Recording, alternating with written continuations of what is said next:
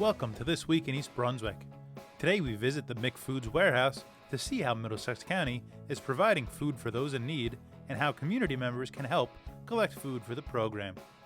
Then we welcome the Girls Can Code Club to the East Brunswick Public Library as they hold a week-long workshop where teenage girls are able to learn HTML and CSS computer programming to create their own websites. The Teen Library Connection held an elephant, piggy, and pigeon party based on the popular children's books by Willems. And we talk with Patrolman Craig Hoover in a Street Smart segment about some of the department's new initiatives taking place this year. All this, plus we have information on upcoming events at the E.A.R.T.H Center at Davidson's Mill Pond Park and at the East Brunswick Elks Lodge on the Lake. So stay with us. This Week in East Brunswick starts now. This is Barbara Reese reporting for This Week in East Brunswick. We're here at the M.C.F.O.O.D.S warehouse to learn more with Jennifer Apostle about how M.C.F.O.O.D.S serves those in need in Middlesex County. Tell us a little bit about how M.C.F.O.O.D.S started. Okay, M.C.F.O.O.D.S was created back in 1994 by the Board of Chosen Freeholders, and the goal was to bring together all the emergency food providers throughout the county to make sure that there were that every part of the county was being serviced, and that there weren't too much duplication of services, and that they could share resources and best practices and work together to best meet the needs of all the county residents. And what does M.C.F.O.O.D.S stand for? The Middlesex County Food Organization and Outreach Distribution Services. So over the years we've grown from a small pantry-like organization that operated out of a park police building in Roosevelt Park to this big warehouse here in East Brunswick. So the program has really expanded and grown over the years, and that speaks a lot to the need of the people in the area. We have over 100 agencies that are part of our network. We have food pantries, soup kitchens, and social service agencies that are all part of our network that come here to access food to help support the programs and the people that they serve. So like on a day like today, a Tuesday, about how many agencies come in and out of these doors? On Tuesdays, we average about 42 agencies coming through here to pick up non-perishable items and bread.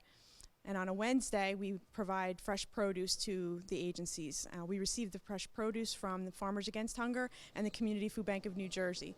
And we average about 25 agencies picking up the fresh products on Wednesdays. They help subsidize our food pantry, which when I started about 15 years ago, we only had like 45 families. Now we're up to 185. And do you see a lot of families coming in? Well, actually, I stock the pantry, and I'm not there during the hours that they're open. But I see what's taken, and I refill it every morning before we open. With them and with our congregation, we can keep feeding the community. There's a need for all kinds of canned goods. Could you give us a little list of what some of those items are? Sure, definitely. A lot of canned vegetables, canned fruits, tuna fish, peanut butter, rice, pasta, mac and cheese. Those are canned meats and pastas, tomato sauce in cans. Those are all much needed items. The summer is a very difficult time for pantries to keep their shelves stocked, and with the children being out of school, it's difficult for families to keep them fed, and it's often an increased need and a decrease in the amount of supplies that are available. So it's crucial that we get people to help out during the summer months. But if people would like to donate, the East Brunswick Public Library and the East Brunswick Senior Center are permanent collection sites for us. So our green bins are located there all year round. Anytime somebody stops by the library or the senior center, they're welcome to drop off a donation in our green bins, and we do pick up there weekly. And I understand we had a successful drive with the high school recently. That's correct. The East Brunswick High School football and cheerleader teams just held their 4th annual summer food drive, which has been a terrific program for us. The team members took our M.C.F.O.O.D.S bags and flyers and handed them out around their neighborhoods and asked people to fill the bags with a donation. And then the players went back around to pick up those donations and bring them back to the locker room where we had our truck go and pick up the donations. Through those efforts and the generosity of the residents that contributed, we received 51 of our green bins filled with food, which is very helpful. And I understand that the Youth Council, East Brunswick Youth Council, has been very helpful during the year with collection of food. Yes, that's right. The East Brunswick Recreation Department with the Youth Council has supported us for maybe 15, 20 years. They have continuously, several times a year in the fall and the spring, coordinated food drives at the Acme in Milltown, and they've been very wonderful supporters of our program. Every year they have a summer Camp Cares food drive where campers bring in donations during a 1-week period, and that really helps fill the summertime lull. And as I mentioned, with the Youth Council out of Recreation, and they will also accept donations at the rec center periodically, and they also help individuals in need in East Brunswick as well. And I also understand the Scouts help out here, help collecting food. That's right. Last fall in November, over 2 days of a weekend, Saturday and Sunday, over 3 local grocery stores, the Scouts went out and manned the stores and collected donations, and I believe they filled about 90 of our bins over that 2-day period, collecting donations on our behalf. So we're really grateful for their support and look forward to continuing that partnership with them. And also all the East Brunswick Public Schools, they all, most of them all participate in our annual spring school food drive, and many of them also hold their own fall food drives, and there are several groups at the high school that are also very supportive of M.C.F.O.O.D.S. The band has a competition in October that they support us, the music program, the Honor Society, the volleyball team. All of these groups within the high school at different times during the year have held different events where they've collected food on our behalf. So we're really grateful to the students and families throughout East Brunswick. And let's say I'm part of a volunteer organization and I'd like to help out this summer with my group. How do I go about that? Well, we don't really have a big need here on site for sorting or packing goods, but if a group would like to get involved and hold a food drive, you can contact the local grocery store to see if they'd allow you to stand outside and collect donations from patrons as they come in and out and do their shopping. You can take the bags and flyers and canvass your neighborhood and see if folks would like to donate. If you have a group that's involved and has an event, you can collect food at an event, or at a local church, collect at your services.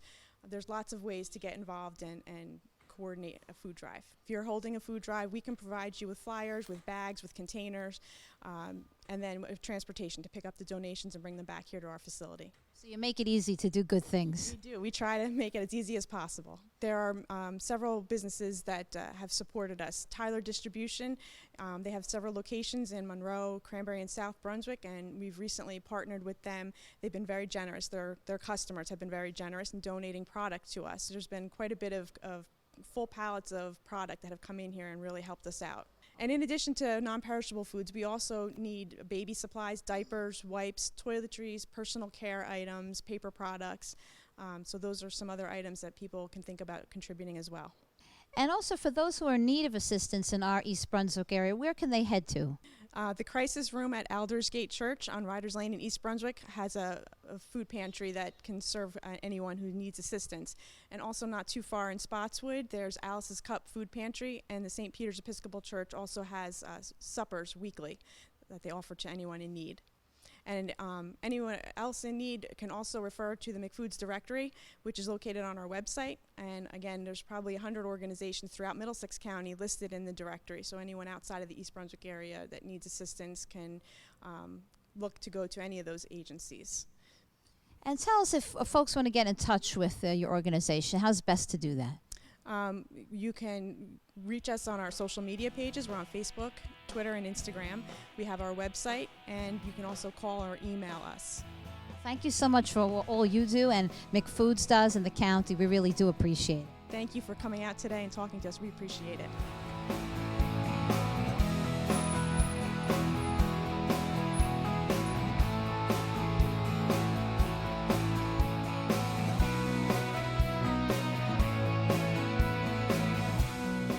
So this week at the library, we are having a 5-day workshop where girls from ages 12 to 17 come in every day from 2 to 4, and we, with them, go over HTML, CSS. And we use Code Academy to help the girls learn HTML and CSS.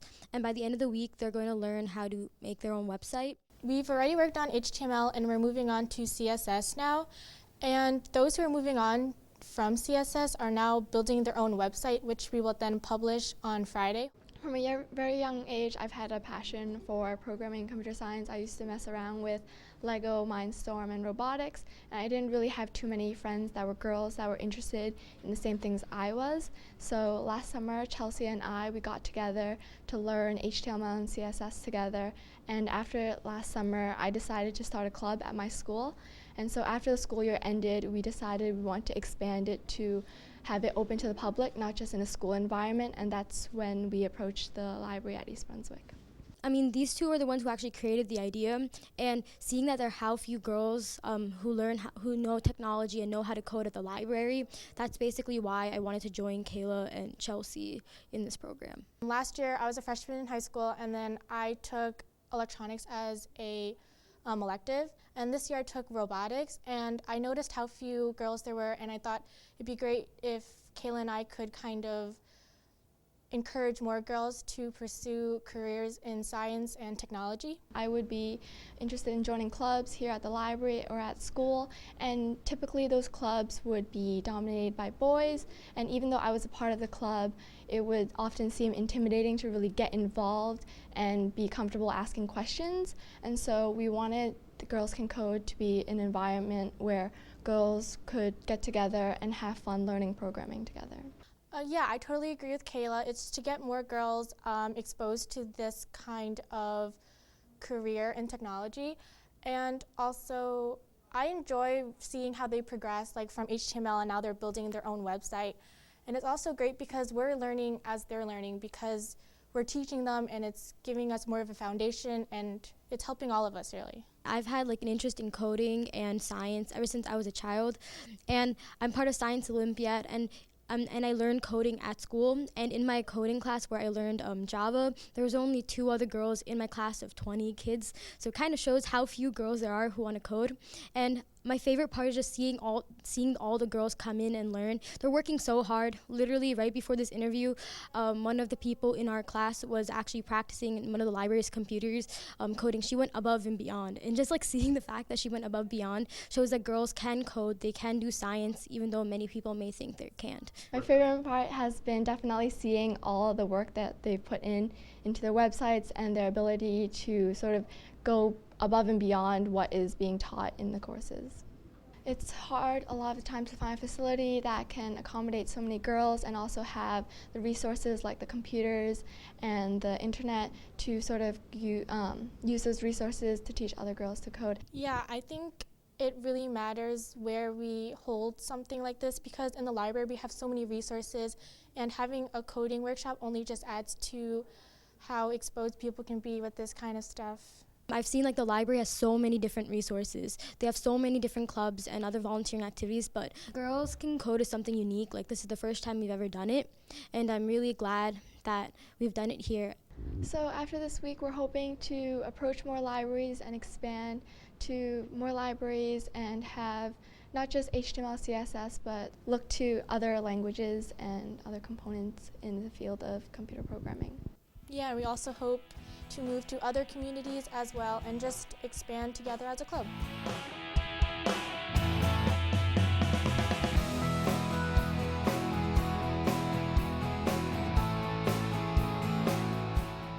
So today at the library we're having a piggy, elephant, pigeon party from the Elephant and Piggy and the Pigeon books by Willems. And the Teen Library Connection has helped all week to put this great party together.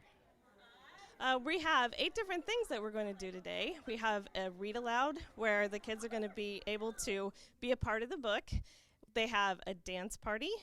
They get to make puppets. They get to have a relay race. There is some crafts to make and a lot of fun to be had. Here we have a small and a large bus from Don't Let the Pigeon Drive the Bus. And the kids are going to be able to drive, and our steering wheels actually work, so they're going to be able to drive the bus. And they get to decide whether the pigeon gets to drive with them or not. Today is the 5th week of TLC, the Teen Library Connection program, where teens come to the library and volunteer for 2 weeks at a time and create awesome programs for the children every Friday. This week they did a lot of engineering once again. They created 2 buses for the little kids to drive. I thought they turned out really well. It took a lot of engineering with refrigerator boxes and sticks and lots of paint. And they also came up with other things like a relay race with eggs. There's going to be a dress-up party. So basically they created little activities throughout the room that are all themed around elephant, pigeon, and piggy. So it's definitely Beth, our children's services librarian, idea to do the Mo Willems theme. We know these books are very popular. I definitely think it'll be fun to watch the dance party and to watch the kids pick out their outfits for the party at the dress-up station. I think that'll be a lot of fun to watch. And also, I'm really excited to see everyone try to drive the bus. So each station we set up was based on those books because every young kid loves them. So some of the stations that we had was a relay race where they had to basically put like an egg in a basket and run with it. Then we had a snap break toy where they like a craft where they had to put 2 eggs together and attach pom-poms to it, and the kids loved the book, so I think they really enjoyed this event. All of the events that we did, they were kind of centered around the stories, so the kids, they had read the book so they could relate to the events that they were doing. For the past week, we basically sat with the kids and we basically told them like these are the particular events that we're doing within this, so we kind of created everything. So like for the dress-up game, we came up with the invitations, we wrote them, then we actually made the buses over there out of cardboard, so that took a lot of work. We painted everything, made all the posters, we kind of decided how to organize the event, so we like explained it to everyone, and every week for 3 hours we would basically work on this project. I've been volunteering in this program since I was a freshman and it's my senior year, so I love working with kids and I enjoy this program. Like the advisors have been great, and every year they have a specific theme, so this year happens to be summer reading, and we always have like interesting events to do, so I always wanted to continue it, and I wanted to have a continuation from like my freshman to senior year, and I loved it so much, that's why I wanted to do it. The main reason why I started TLC was because when I was a kid, I always used to go to these library events. I always used to have a ton of fun at them, and I definitely wanted to give back to the community. Going to the library was my favorite place when I was a child, and it really does feel good to give back and help to create the same atmosphere and joy that I was receiving when I was a kid. The atmosphere in the room is amazing. They all love the crafts and the games, and they're really like, they just want to jump headfirst into them, and that's what really excites me to do something like this. Like I love working with children, and that's one of the reasons I always want to join the program. A thing I like about this program is kind of the connections you get to make. I get to meet a lot of people in grades both above and below me that I might not be able to see in school. This also helps to forge connections with adults, so it helps create those connections with adults as well.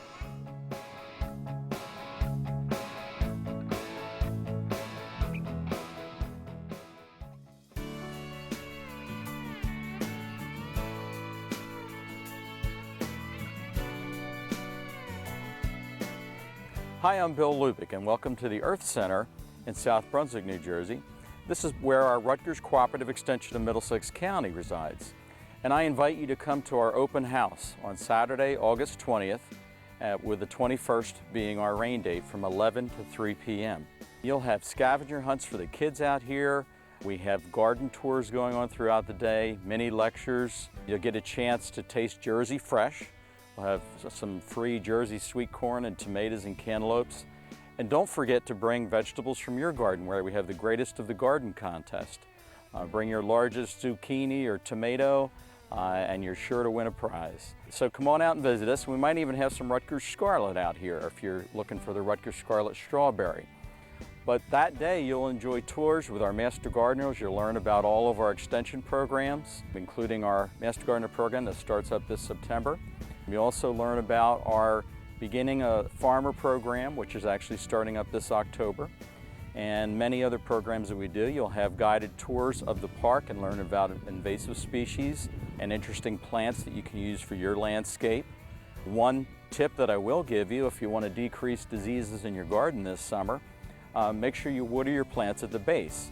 Keeping your leaves dry on all of your plants will make sure that we can reduce any type of foliar disease problems. So I invite you to come out and join us for our open house with a lot of fun. We're going to have music that day by Lisa Boucher. We're going to have free food. We're going to have garden tours and a lot of fun and activity for your entire family. We also encourage you to bring some food out, some canned food or dried food for the Middlesex County Food Bank. And you can drop that off here on our open house on August 20th. Also, if you need gardening help, make sure you call our Master Gardener helpline at 732-398-5220. Our Master Gardeners are there to answer all of your gardening questions and try to figure out what insect or disease problem you have in your garden and help you out and try to find a solution very quick for you. So join us on August 20th at the Middlesex County Earth Center, which is located in South Brunswick, 42 Riva Avenue. And we'll be glad to show you the whole place here, and we'll have a good time that day.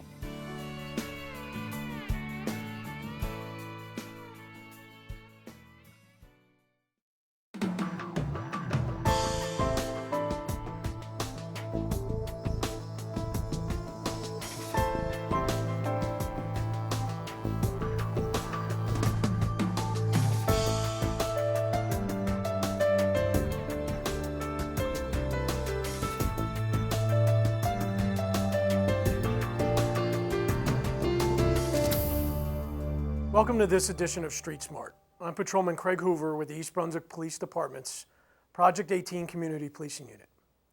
The East Brunswick Police Department wanted to make residents aware of some of our new initiatives for 2016. In January of 2016, the department began a joint venture with our Opiate Outreach Initiative. Partnering with our local Municipal Drug Alliance, SOBA College Recovery, and PARI, the Police Assisted Addiction Recovery Initiative, we sought to address the population of residents battling opiate addiction. This program allows the police department to proactively reach out to residents or their families who are in need of advice or treatment so that may be put in touch with treatment centers or persons who can assist with addiction or dependency-related matters. This program runs through the department's Community Policing Unit and contacts residents whom are identified as being at risk through repetitive drug-related offenses, overdoses, or via officer referrals to the unit. In May, the police department also created a safe exchange zone to assist residents in conducting their online transactions deriving from sites such as Craigslist or eBay in the safe environment of a municipal court parking lot next to police headquarters. This site is under video surveillance by the police department, and proximity to police headquarters is meant to increase the public's peace of mind while engaging in such transactions with unfamiliar individuals. The Safe Exchange Zone is another way the police department is trying to keep the safety of the public in mind given the advances in technology and the internet. The designated Safe Exchange Zone will be available to the public from 8:30 a.m. to 11 p.m. 7 days a week in the municipal parking lot next to police headquarters. Coming up in the next few months, the police department will also be making some small changes to our website, which will enable residents to more easily notify the police department when they are planning to be away on vacation, when their house may be vacant for periods of time.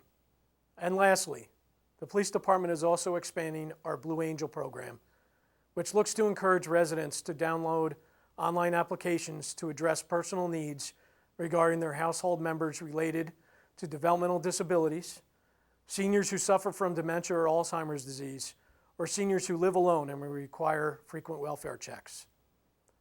Once the completed application is received, the information will be recorded with the department's 911 dispatch center in an effort to tailor our response capabilities to the residents or individual. The information provided will aid in officers tailoring their interactions between persons with a disability or by expediting the rendering of aid on welfare checks, thus reducing unneeded property damage by forcing entry into the residence. The Blue Angel program also runs in conjunction with our promotion of the use of autism wallet cards through www.justdigit.org. The purpose of the wallet cards is to help individuals identify themselves in the event of an encounter with the police or other first responders, and assist officers in understanding some of the challenges the person may display. The cards also include emergency contact information. Thank you for watching. I am Patrolman Craig Hoover with the East Brunswick Police Department's Community Policing Unit. Remember to be street smart. Hi everyone, I'm Alicia Joy Bloom, and I'm here to tell you a little bit about some of the great events coming up at the East Brunswick Elks Lodge, number 2370, the Lodge on the Lake. Coming up in August, please come out for a night benefiting special needs. Saturday, August 20th from 6 to 10 p.m., join us for a seafood clam bake or a ribeye steak dinner with all the fixings. We will have music and entertainment. $25 per person reserved in advance and $30 per person at the door. Please RSVP by August 18th to Trish Hancock's at tntstudios@aol.com. On August 27th from 8 p.m. to midnight, in association with the New Dawn Experience, the Blue Notes will be performing their greatest hits. Hits like If You Don't Know Me By Now, The Love I Lost, and many more. Tickets are $30 in advance, $35 at the door, and $45 for preferred seating. Also appearing will be LaToya with PC and the DJ and Company. This event is hosted by comedian Willie Asbury. You don't want to miss out on all this fun. Food will be available as well as a cash bar. A percentage of the proceeds will benefit the Youth Activities Committee, what we do helping East Brunswick and our youth. Come on out and support your local organization, the East Brunswick Elks Lodge number 2370, the Lodge on the Lake, and support all our charities and fundraisers as well. We do it all for a great time, and we do it all for a great cause. Hope to see you all there. Thank you.